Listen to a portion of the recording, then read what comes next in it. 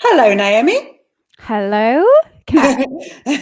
So I'm Kat Farrance, and I'm founder of Movement for Modern Life, and I'm joined by Naomi Absalom. And I'm really, really chuffed to be joined by you, Naomi. It's such a treat. It's such a So I was pleasure.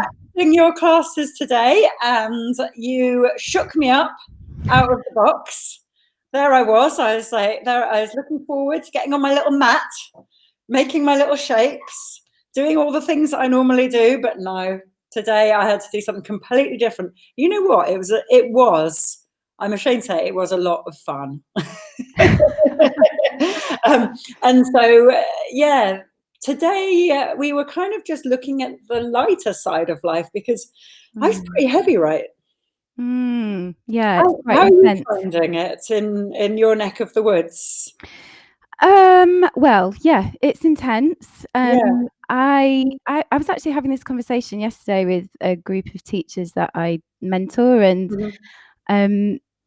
I'm pretty good in a crisis. I think it's my northern roots coming through, my Irish ancestors, potato farmers. Something comes up in me in a crisis, and I'm Mhm. like straight out You're like, on it. yeah, what can I do? Who can I help? All the people that don't want to be helped. And That's so cool. I feel like I've got purpose and meaning, and my yoga is really in action right now. So where I have to be careful often is that I start really well, Mhm.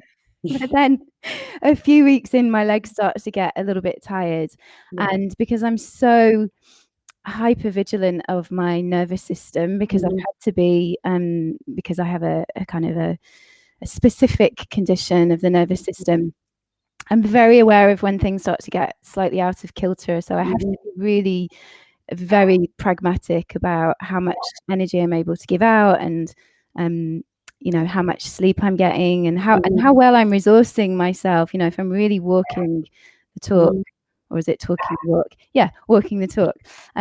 So generally, thank you for asking. Mhm. I'm good, but You're good. I'm also being very human about it, Mhm. and admitting to the fact that some days I get up and the enormity of the situation is like Mhm. a tidal wave, and it comes from nowhere, Yeah. right? I'm Yeah, hearing for that a lot from sure. people.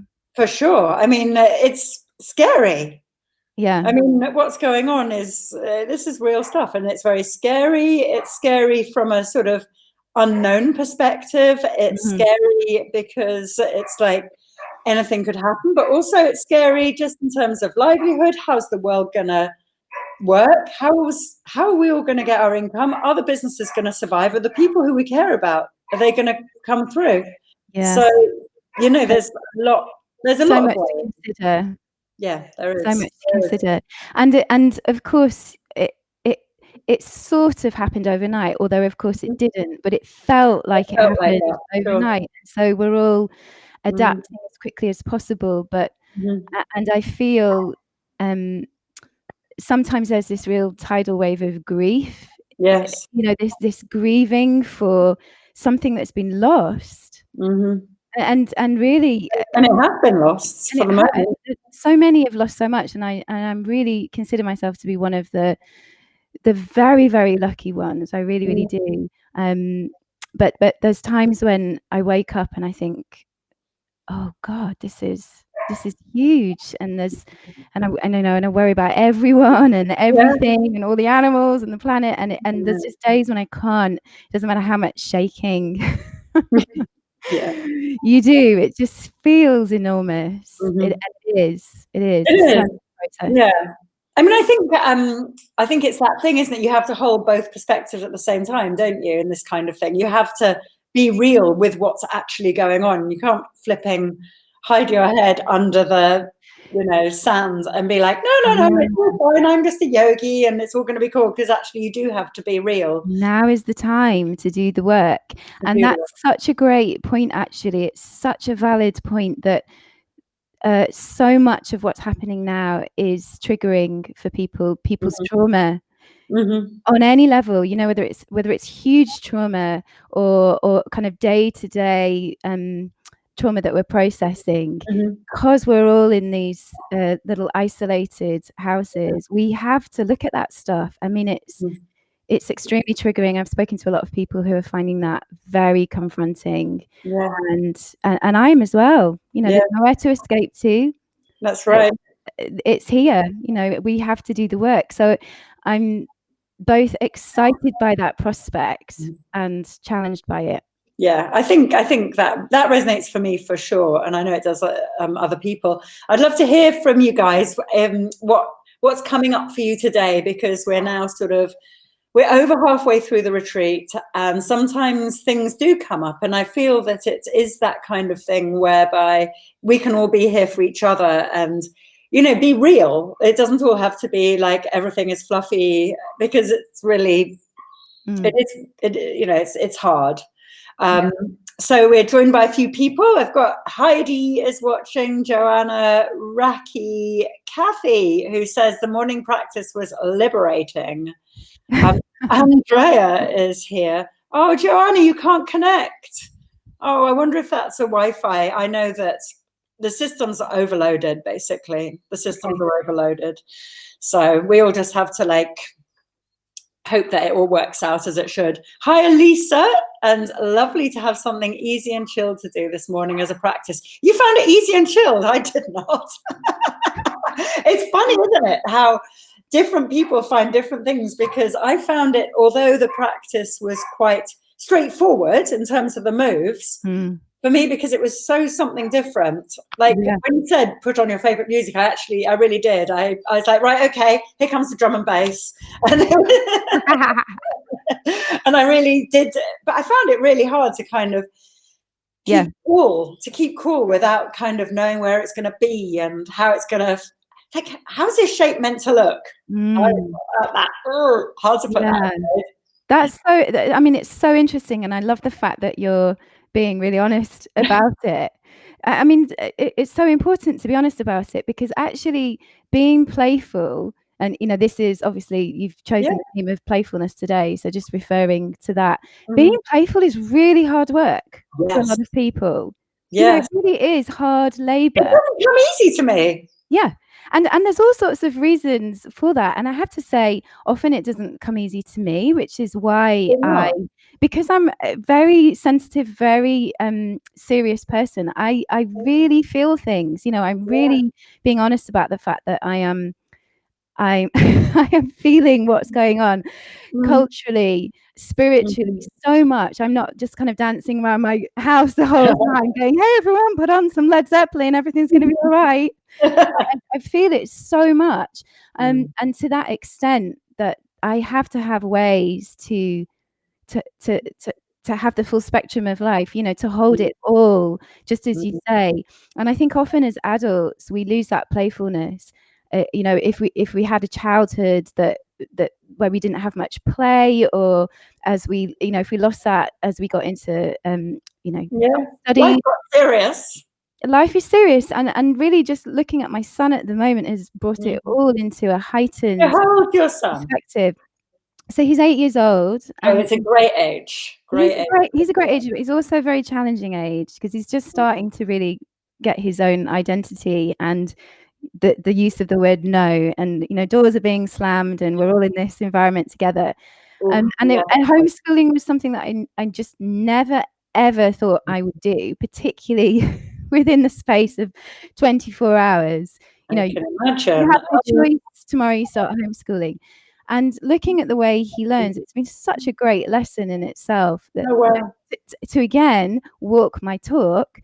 I'm talking about being playful as an adult, and here I am homeschooling my child going, why do you not understand this? Or you know, it's easy, and actually, but the only way, not the only way, but the very best way to communicate with him is through play, is to make it enjoyable. He's engaged with the content, and so it's really it's really interesting. Here I am.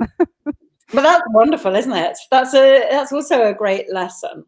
And I think the fun thing about the topic of play is it should be this really light and easy, and let's just go out, play, and do some cartwheels in the park. But A, we can't go to the park to do cartwheels, and life feels really heavy. And B, even at the best of times, it's a lot easier to sort of, you know, be a good girl or a good boy like we've been taught to, and, you know, be the hardworking person and do the things. Absolutely. And be obedient. Be obedient. Be obedient. And that, I mean, it's something that I see a lot in yoga classes, that people come in and they hand over their autonomy, their sovereignty to the teacher. Tell me what to do, Mom. Tell me what to do. And actually, I've had people in classes, and I'm sure lots of other teachers, if they're you know, joining this call or they're watching it, have had similar things where students say, "Where am I supposed to feel this?" Or, absolutely, absolutely, very common.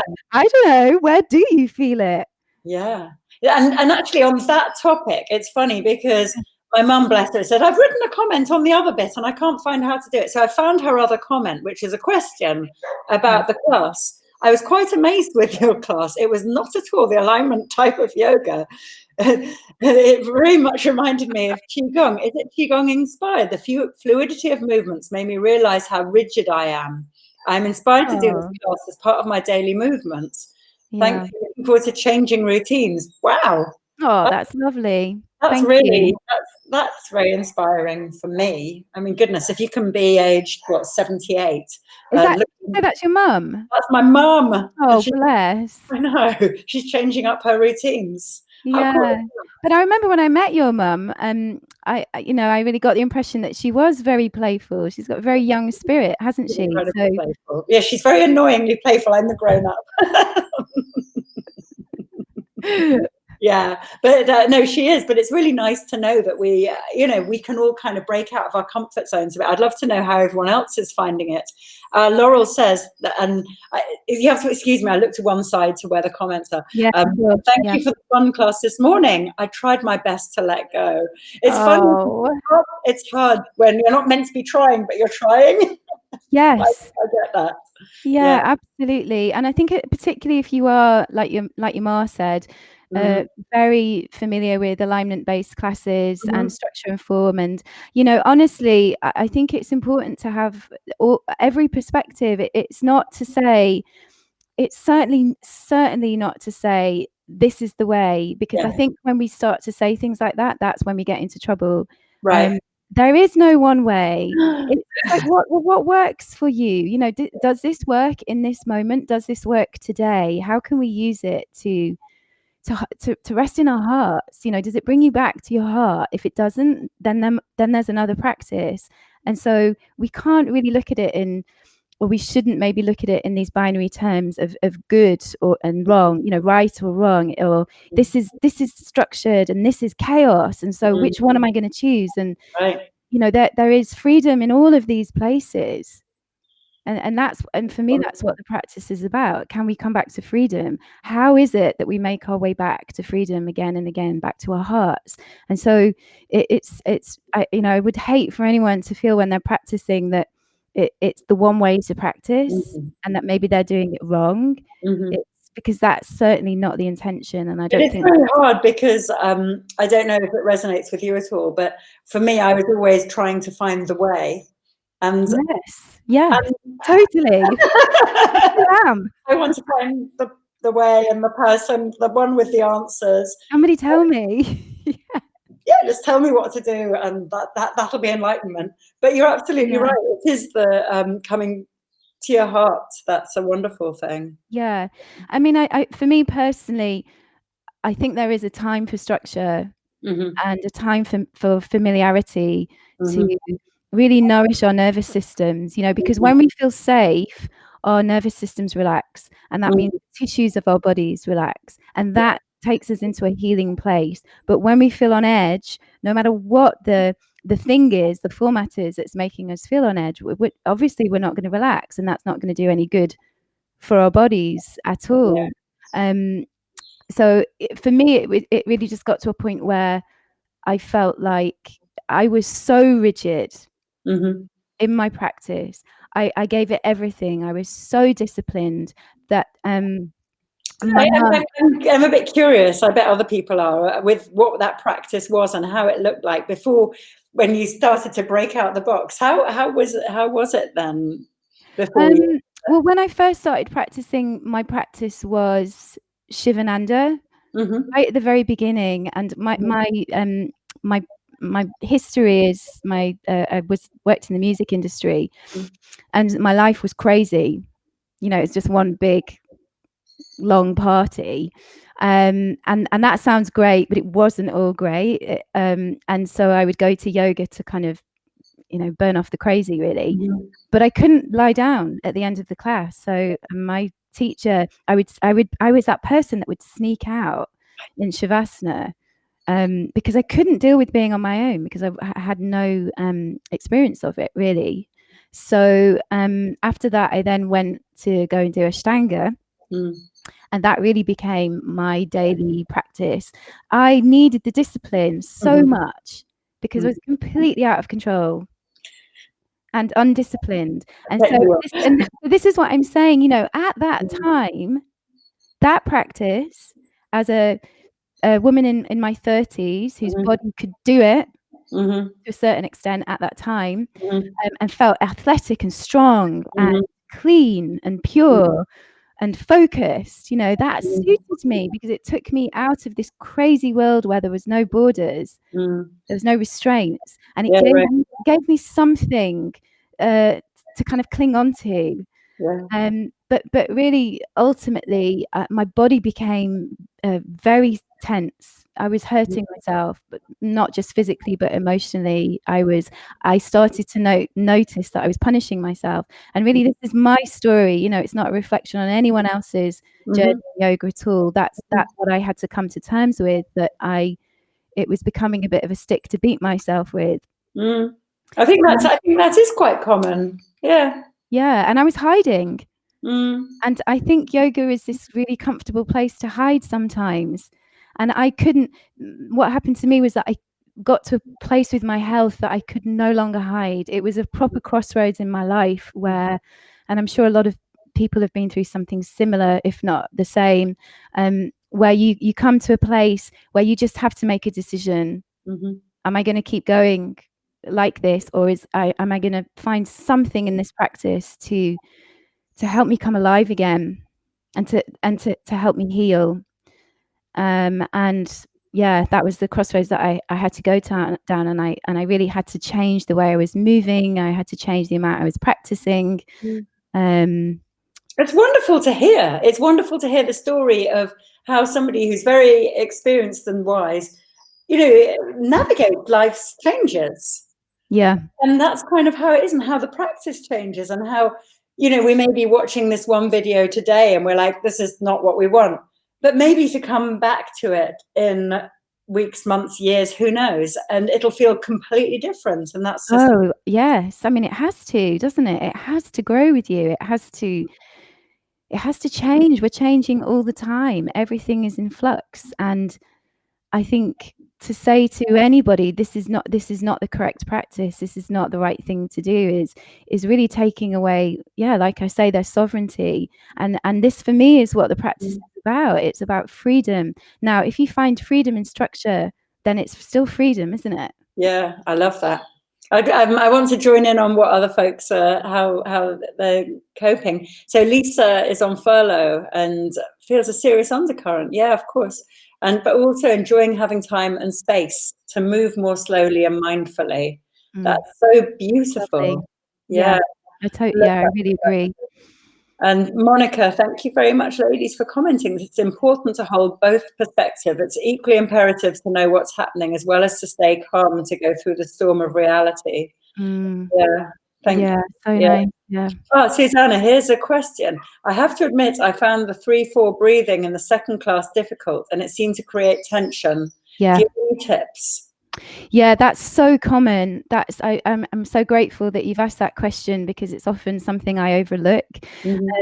But you want to think of your nose like any other part of your body, that it needs training. It's like a hamstring. You know, if you don't use your hamstring, it's going to not deliver its best service for you. And it's the same with the nose, and it's the same with the diaphragm. And so when you start to restrict and reduce the breath to that very soft, very light breath, it can feel, particularly at this time, I have to say, for some people, it can feel quite anxious, because there is a feeling like you're not breathing enough. And actually, the cues that we normally get from teachers are take a deep breath. And so if I say to you now, like, take a deep breath, normally if I say to my son, calm down, and take a deep breath. And what happens when we take a deep breath is that we amplify everything. So the speed increases and the volume and the noise. Now, if we want to calm something down, does it make sense to amplify everything? And so what I'm saying to the teachers that I work with now is we need to get better at our verbal cues, because take a deep breath is one of those things that just falls off our tongue, but maybe it's not clear enough. So if we say to people, take a lighter breath, that encourages people to slow the breath down. So there's not so much movement into the chest, and we bring online the diaphragm. But really, it's a technique that needs to be practiced like any other technique. Some people fall into it right away, but I would say maybe if there is an underlying anxiety, and I'm not making an assumption about whoever asked the question, but this does come up quite a lot with the teachers that I work with, that they feel like it's too much too soon to reduce the breath. What's happening is that you're changing the gaseous mix in your body, so there is a chemical reaction happening.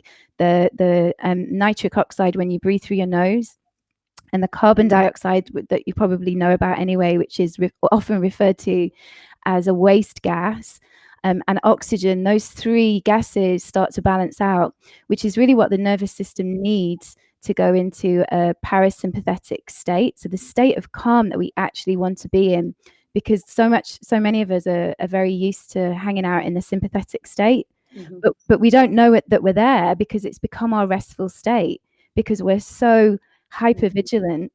Maybe we don't feel it on a highly stressed level, but it's kind of ticking over the whole time. The way that we're so overly productive all the time, we're mums and people with families and stressful jobs. We're just, and our devices, we're constantly being overstimulated, and so we've become used to having that sympathetic state as our restful state. So when you start to move people very clearly into a parasympathetic state, it can be quite alarming for them, because they're like, oh, what's going on here? I'm not, this feels strange, this feels different, and it does take time. So to get back to, sorry, I don't know whose name it was because it's not coming up on there. Yeah, it's Susanna. Susanna, to get back to your question, I would say, instead of thinking about counting the breath, so the 3-4 breath, and actually I made that video quite a long time ago now, so my ideas and my knowledge is obviously it was at that point in time. That's the funny thing about video, isn't it? Because it's like stuck. That's the truth. But actually, I want to go back and do that video again, because I know so much more now. So yeah, it's lovely that you've brought it up. But I would say, instead of counting the breath, just really try to relax the breath. Try to soften the breath. Try to take a light breath, so it's not rushing through the nose. And we have this tendency as humans to even try to perfect the breath. Do the breath well. I must do it well. I must breathe well. And the minute you get into those waters, you've lost the heart of the practice again, haven't you? So I would say, if it's too much for you, just breathe in a way that feels easeful and normal. Don't worry about counting it. Don't worry about reducing it. You will get to that point with practice in time. It does take a while, but the benefits are really, I really would encourage you. That breath is gold. Yeah, that's wonderful. Yeah, and I think that's right. It is the breath work, isn't it? Really, that's the gold. It is worth sticking with it. Yeah, it's so yeah, it's beautiful. It really is important. Yeah. I love I love this. Heidi says, I read your comment this morning, Kat, and promptly whacked up the drum and bass, turned it off quite quickly as I found the class more tai chi-ish. I put the drum and bass on, Heidi. I don't know why it wasn't appropriate. It does. It takes a bit of a twist and turn. Yeah. I love that. in my head, they felt flown to the casual observer. I was probably one of Game of Thrones styles, dancing with dragons. I love it. And Raki was saying, I ramped up the James Brown afterwards and danced around for a while. Now, bless you. That's really good. Got there in the end. Yeah, Susanna says thank you. You're welcome. Thank you for your question. So what I reckon we could do is sit a little bit peacefully, and perhaps you might lead us through a meditation if you're up for that. Yeah, thank you for asking. Brilliant. And everyone, if things come up for you during this and you would like to ask questions, during or after, just pop your questions there and we'll come back to the questions in a bit. Sure. Okay, so the normal thing to say is, okay, find a comfortable seat, but I would love you to sit just as you are, whether it's on a chair or on the floor, or you feel like you want to really slump into your spine. So be as you are, and we'll work with that and from there. And if you would like to close your eyes, then that's really welcome. If that feels too much for you, and I think sometimes it does, can feel too much to close your eyes and go into that interior world, then maybe have your eyes open and just gazing down softly at something, just a very soft focus. So whatever is comfortable for you to start with, and you're very welcome to lie on the floor if that's your preferred position also. And maybe just allow yourself to sink. There's this idea that there has to be a certain posture for meditation, the bright chest, the straight spine, the erect head and neck, and the mudra of the hands. And I would love for you to just take away that performative aspect of it. Nobody is watching, and just allow yourself to drop into whatever is supporting yourself.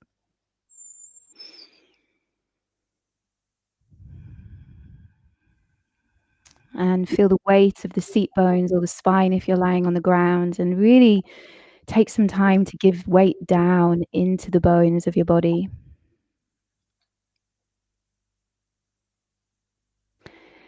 And can you allow yourself to be held?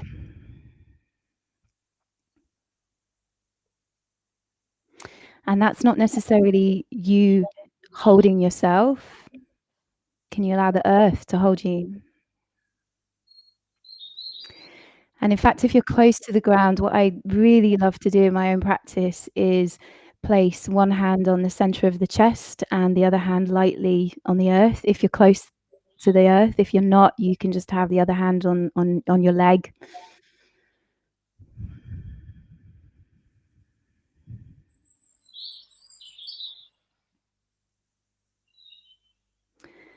And maybe there's a sense of now leaning into gravity.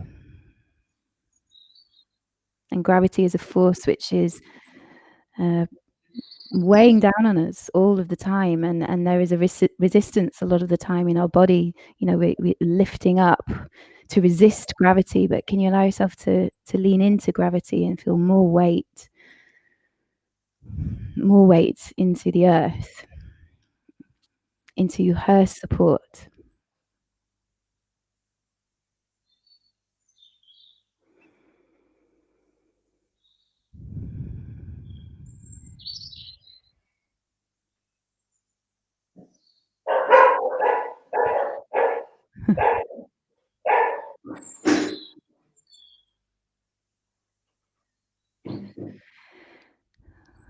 And if it feels okay at this point, maybe just let your hands come onto your lower ribs. And you can have them anywhere on your lower ribs, at the side body or the front. You could have one hand on the front, maybe one on the back. But just, have a place of ease so the arms feel fairly relaxed and supported by the body. And your lower ribs is really where your diaphragm is positioned. So it sections off the upper torso from the lower. And you might be able to feel the immediate effects of the diaphragm. The diaphragm is doing some really serious work. It's drawing the breath down into the lungs. It's almost like a suction, plunges the breath down into the lungs, and it's that movement of the lungs against the ribs that you're feeling maybe in your hands, but also the movement of the diaphragm pressing down against the internal organs.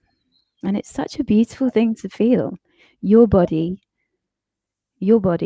breathing.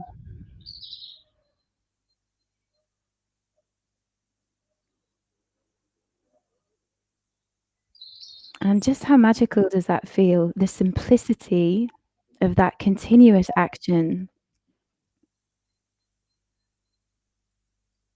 Your body breathing.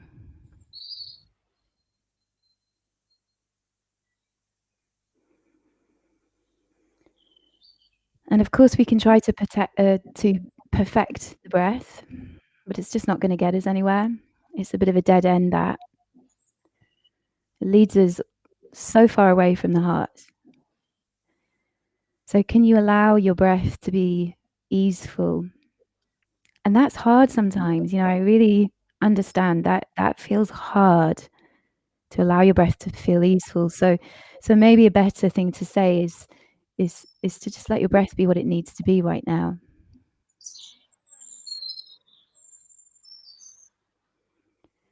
Because we can't force it. We can't bully it.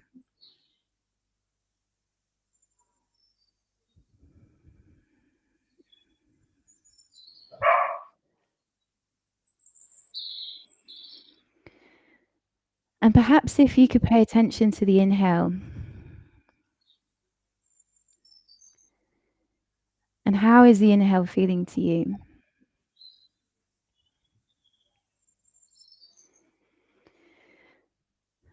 And so for me personally, when I notice my inhale, when it feels full of ease and it feels magical, it feels like I'm saying yes, yes to myself, yes to life.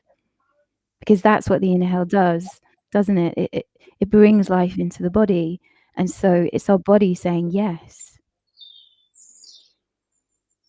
Yes to life. Yes to now. Yes to this moment that I'm experiencing with this breath.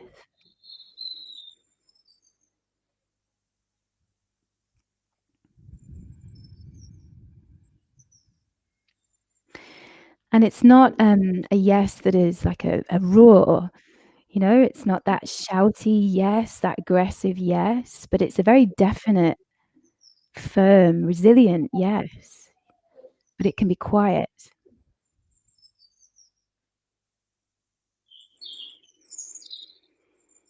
It's like when we chant the words Om Namah Shivaya, or we chant the word Om, or we chant Jai Ma. It's like saying yes, and we feel it in the cells of our body, and it goes somewhere really deep. It weaves into our psyche, into our spirits.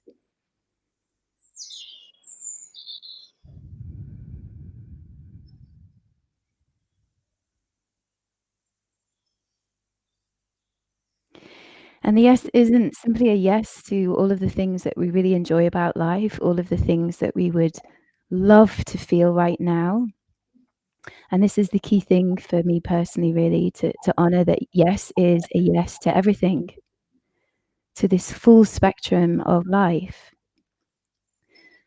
A yes to the grief, to acknowledging the grief that we feel right now, the separation, the sadness.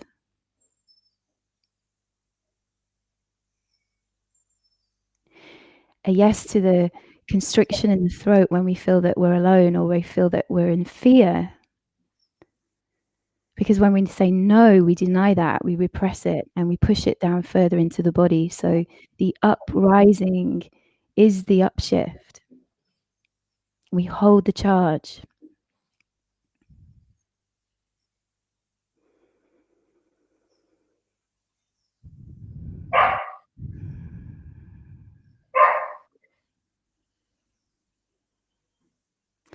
And maybe if you turn your attention to the exhale now, which has been happening the whole time anyway.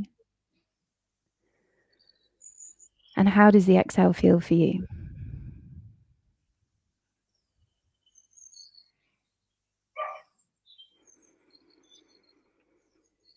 And maybe you can sense, and again, these are just cues from me, and it's a guide, and my words may not be what you're experiencing, so they don't have to be. They're just little crumbs, breadcrumbs that I'm putting down for you to maybe pick up.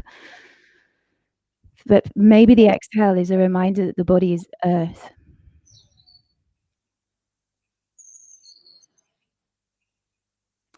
That we come from the earth.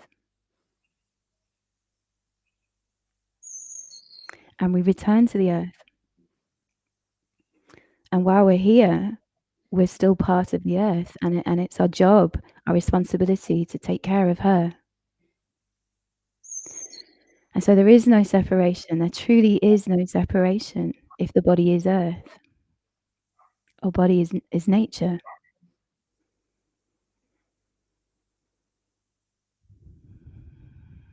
So I'd maybe invite you to stay with that for a little bit longer. The experience of the yes to the full spectrum of life. And the exhale to remember the body is earth.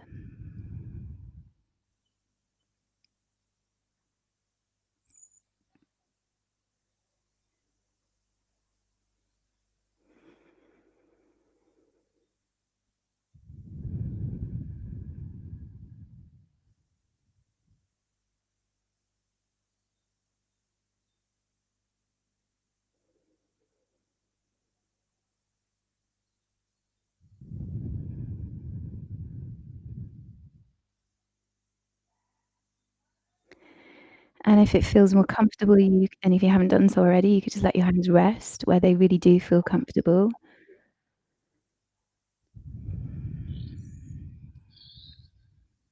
And as you rest your hands, can you also begin to rest in your heart? And it may feel very difficult to do that right now, because if you're saying yes to difficult feelings, yes to sadness, yes to grief, it's very difficult to rest in your heart. But this is truly the work. This is truly the work. And on the other side of the work is the upshift, is the freedom, the liberation. Because when we're able to hold the charge, to really be with ourselves, then we accelerate our own healing within those moments. When we hold the pain, when we hold the suffering, when we hold the charge, and we hold it in our body, not in our minds, because the minds are overloaded. Our minds are doing too much. So let's hold it in our bodies. And let's hold it together. Not just on our own, but together as a collective, and know that we're a group. We're a group who are coming together to do this work. And so we're not doing it on our own. We're doing it together. So let's hold this for a little bit longer.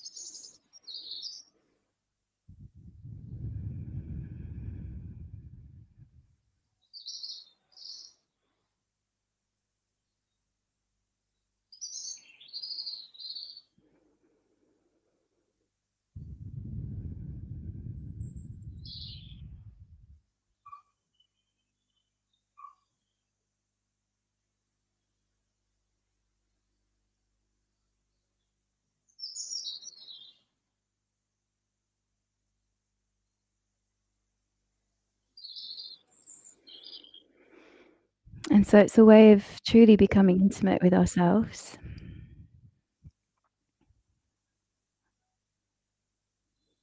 Of truly being with ourselves and our feelings, because our feelings are just that. We need to feel them.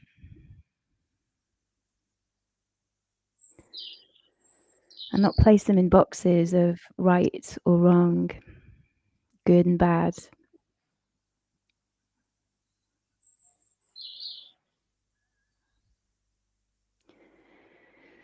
And it's through this that we gain freedom, true freedom. So let's rest in our hearts. Just keep coming back to this place, resting in our hearts.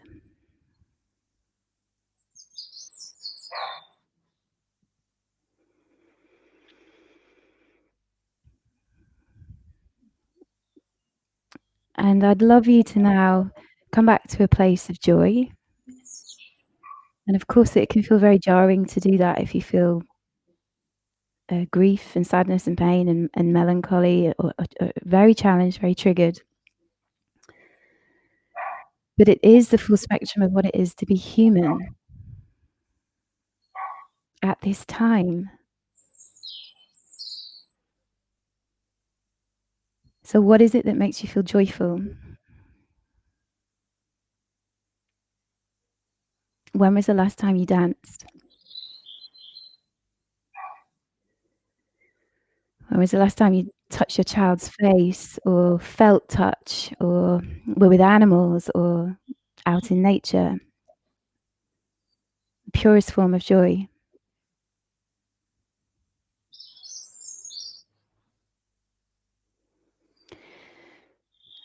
And it might just be useful to remember something specifically, because our bodies are meant for pleasure. We're supposed to experience joy and bliss. So allow those emotions, those feelings to begin to move through your body, to wash through your system, and to clear the dirt from your eyes, the dust from your lungs. And let your body be a body that feels. So we elevate the emotion.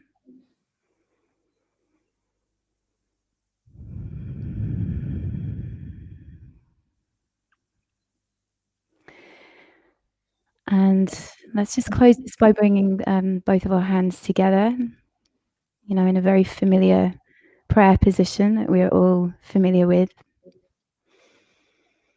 And let your two hands hold something that you feel grateful for. And I know gratitude gets a really bad rap sometimes because it's so overused, that word. But sincerely, it's so important to feel grateful, to have gratitude at this time. The simplest form of gratitude for the roof I have over my head, the bed I sleep in at night, the food I'm able to feed myself, the smiles I'm able to see from my child. So think of one thing and hold it in your hands.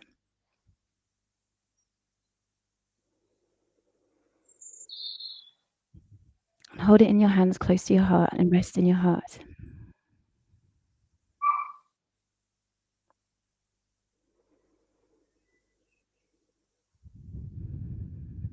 And know that it's always there. And you can always come back to it.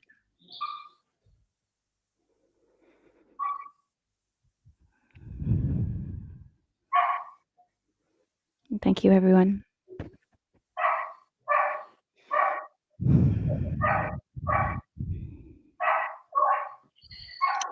Gratitude for your dog. I hope you so grateful for your dogs. Yeah, always. So that, yeah, they got chucked out of the room because yesterday they annoyed us, and now they're finding another way. Anyways. Life does this to us, doesn't it? But gosh, that was what I loved most. I'm just going to share what I really got from that. I don't know if everyone else kind of felt this or if it's different things, but for me, it was breathing in the yes.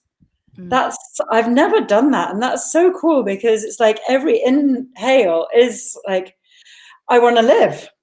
it's your body being like, yes, I'm going to take more in. And I just really felt that. And I was just really, the whole thing, I was vibing out on this, like, yeah, I'm breathing into life. Yeah. And it's lovely to feel that yes. And even when that yes is pretty dark and pretty crazy as it is right now, just breathing into that I just found that so powerful. So thank you. I really, really enjoyed that.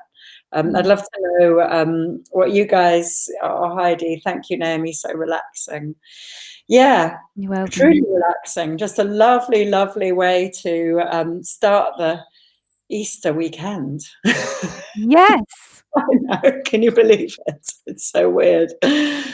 So very strange. There's no chocolate Easter eggs in this house just yet. No.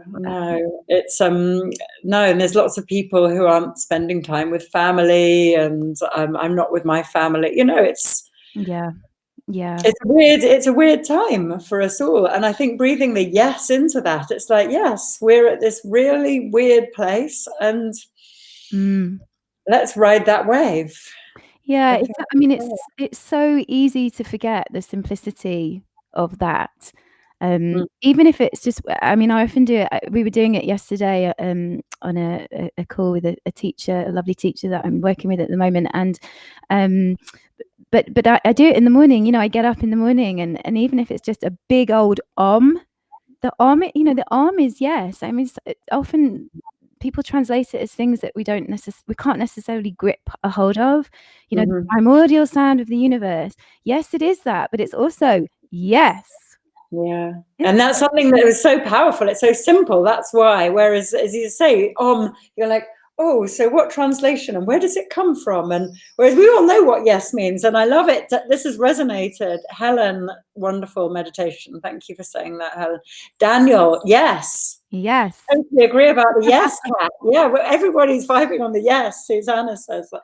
Yeah, beautiful, thoughtful meditation. It was. Thank you, Naomi. It really was. It's just such a lovely way of setting ourselves into the evening and setting our intentions, isn't it? And being able to feel these things that we're all feeling and giving us permission to feel them and feel the feelings. That was another great one. Like, not to hide the feelings, like they're meant to be felt. Oh yeah, of course. Yeah, it's very hard to do. Nobody wants to feel bad. Obviously, but we have to go through that pain barrier quite often, don't we, to come out the other side. And to really sit with it is the hard and holy labor. It really is. It really is right now. But that is the yoga. That now is the time. That's what we're being called to do, is to sit with the intensity of the situation, to come out of the other side and to evolve in ways that we have to. Yeah, that's the situation we're in. And Laurel, thank you. That was wonderful. I really liked not trying to find perfection in the way we breathe. So it's really lovely to be for you to get that permission. It's okay, you can slump. It's okay, you can breathe funny. You don't have to breathe the perfect breath. Just do what you're doing. Yeah, there's so much that gets in the way, that performative. We don't even know that we're performing sometimes, do we? Because we're just trying to do our best to do what we've been told to do or recommended. So we sit with this very erect spine, or we try to bend our back in a certain way, or stretch our hamstrings, put our foot in a certain way, and it's all coming back to the same thing. It's like, what where is it taking you? Is it helping? Because I think the tools should help. They have to help. And so if it's not helping, something's going wrong. And so that's the reason, that's why there's so many methods, so many ways, and we have to constantly almost bump up against ourselves to work out if it's still the right thing, if it's still working. Yeah, I think that's just great. So maybe this weekend, everyone can just sort of think on that. It's like, which bits are working, and let's do more of that, and experimenting. And I think maybe that's what play for me is also about, it's the curiosity, it's the experimentation, it's being afraid to breathe wrong, do it wrong, and be wrong. That's okay. Yeah, And, yeah, because we've been told that, you know, failure is bad, that we all need to succeed. But that's not working, is it? It's really not. What is it to, you know, what is there to succeed in with yoga? Really, what are we practicing for? Yeah, right. Like, it's now, isn't it? It's like, how do you feel now? How do you feel when you're doing the practice? How do you feel when you're breathing? Not when you get to that desired shape or you get your leg behind your head eventually in the next life. It's like, how do you feel now? Yeah. Yeah, right. It's such a good reminder. Yeah, Kathy, thank you for sharing. That's so honest. I have days where I feel down, but not sure why. And I'm hard on myself when I think others might be worse off than me. But you're meant to be feeling your feelings. I like that advice. Yeah. Yeah, it's all relative, isn't it? I know, Kathy, I know exactly how you feel. I feel there's some days when I'm hanging off the edge of the shower, weeping. For other people, you know, because I know that I'm, like I said, I'm one of the lucky ones. I really think I am, as long as I have this roof over my head and food to put in my mouth. And I'm completely privileged. But it doesn't mean to say that I still don't feel the enormity. And don't forget that we're feeling this collectively. It's not just about the individual, and it can no longer be about the individual, can it? Which is one of the reasons why, you know, this is almost exciting in one respect. And again, I know that's a very privileged position to be able to say it's exciting, but on the other side, it's going to be very hard, isn't it, for a long time? But on the other side of that, that this has to create change for the greater good for everyone. And so we feel that collectively. It's like a heady mix. It's like a soup, and we're all in the soup together. And that's great. Yeah. And that is a great thing. And it's funny that we're all very isolated and distant, but actually we have found different ways of connecting. And that's, yeah, I think that we're all going to be okay. Yeah, you know, and actually just, you know, I can't see everyone else on this call, and I'm so sorry, the lights in this room have just completely disappeared. Yeah, it's that time of day, isn't it? By the second. But one of the things that's so great about what you're doing, Kat, with this nightly check-in is that and I say this a lot with the people that I teach when I'm teaching online, it is like we can see each other. So when we see when I look into your eyes and you're looking into my eyes, and the people that are watching this call, it's down-regulating our nervous systems. And what I mean by that is that it's bringing down the sympathetic state where we're in fear and we feel we're alone. When we're actually able to look into somebody's eyes, and I'm looking at you smiling at me, it makes me feel good. That's right. It makes me feel like I'm not on my own, and I'm connecting to someone who feels the same way as me and wants connection, and that takes me out of fear mode. And this is why it's so important what you're doing. You're bringing teachers on, and you're having this live chat, and people can actually connect in to this experience. It's so important. I think it is. I think it is. There was something in me that I thought that right now we need to feel that connection. I do. You know what? I'm actually just very selfish. I just do what I need. Me too. That's the only reason why I teach. I just do it for me. But it's lovely that other people are getting something. So, Monica, thank you for all the permissions to just be who we are. And Joanna, thank you, Naomi, for today. I used to go to your Wandsworth class over 10 years ago. No way. Many teachers over the years, but you resonated with me so much. I really remember those classes. So great to see you on MFML. What's your surname? I can't see your Joanna name. Horton. Joanna what? Horton. Oh, hello, Joanna. Oh, that's amazing. Isn't it lovely? The world made me feel a bit emotional. 10 lovely. years ago. Yeah, it was a long time ago, that. Yeah, thank you.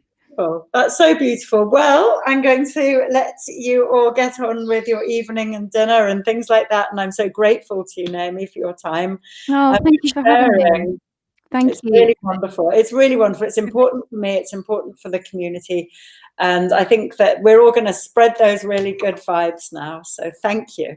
Yeah, I hope everyone has a good night's sleep tonight, and Yes, indeed. be kind to yourself as well. You know, it's a difficult time, but so we have to be kind as well, compassionate to ourselves. For sure. Yeah. Take care, Kat. Thank you so much. Much love. All right, everybody. Night. Bye. Bye.